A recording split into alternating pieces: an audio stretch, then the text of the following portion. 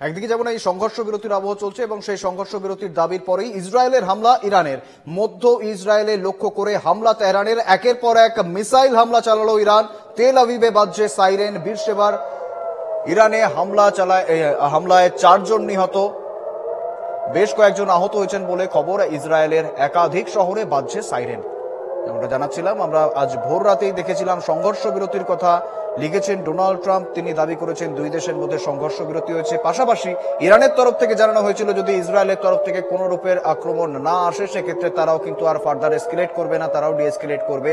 কিন্তু তার মধ্যেই আবারও এই যে ঘটনা উঠে আসছে, ইসরায়েলের তেল আভিভ বীরশেবার লক্ষ্য করে ইরানের একের পর এক মিসাইল উড়ে আসছে এবং এই মিসাইল হামলায় 4 জন নিহত হয়েছে বলে অভিযোগ ইসরায়েলের।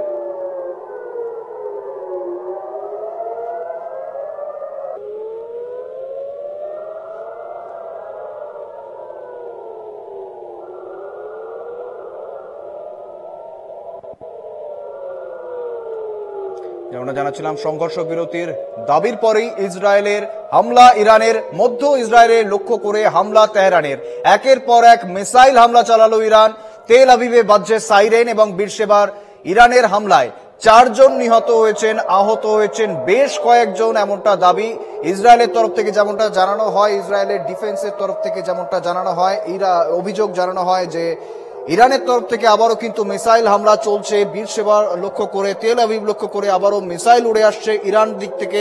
অন্যদিকে তাদের আকাশ প্রতিরক্ষা ব্যবস্থা রীতিমতো সক্রিয় রয়েছে ইসরায়েলের, এবং ইরানের তরফ থেকে আসা যে কোনো রকমের আক্রমণ তারা প্রতিহত করবে।